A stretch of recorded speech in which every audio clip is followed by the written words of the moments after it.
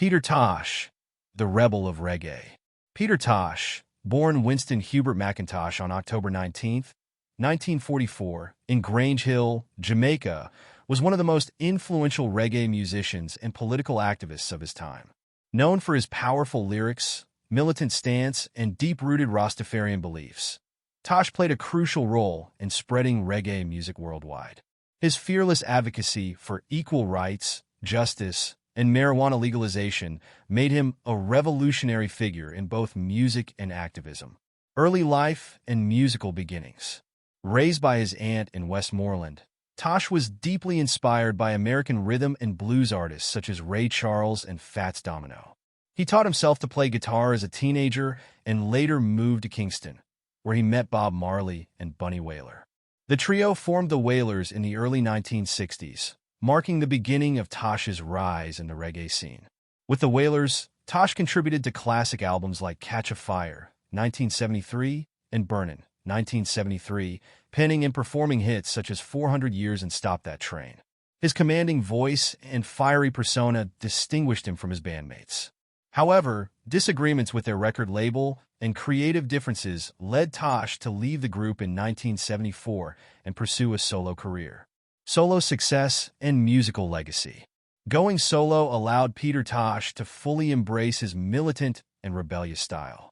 His debut album, Legalize It, 1976, became an anthem for the global marijuana legalization movement.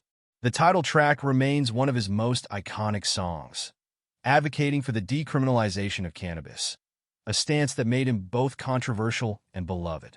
Tosh continued his musical success with Equal Rights, 1977, an album that solidified his reputation as reggae's most outspoken revolutionary.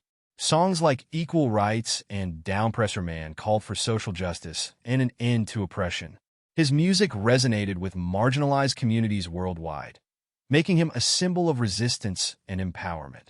One of the highlights of his career came in 1978 when he signed with Rolling Stones Records and collaborated with Mick Jagger on You Gotta Walk, Don't Look Back.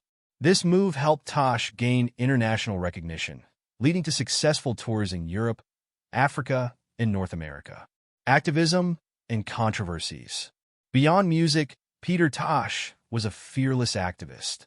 He openly criticized political corruption, police brutality, and racial injustice.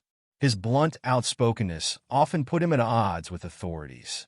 In 1978, he was brutally beaten by police in Jamaica for his vocal criticism of the government. Despite the risks, Tosh never backed down, using his platform to demand equal rights for all. Tragic death and lasting impact. On September 11, 1987, Peter Tosh was tragically murdered at his home in Kingston during a robbery.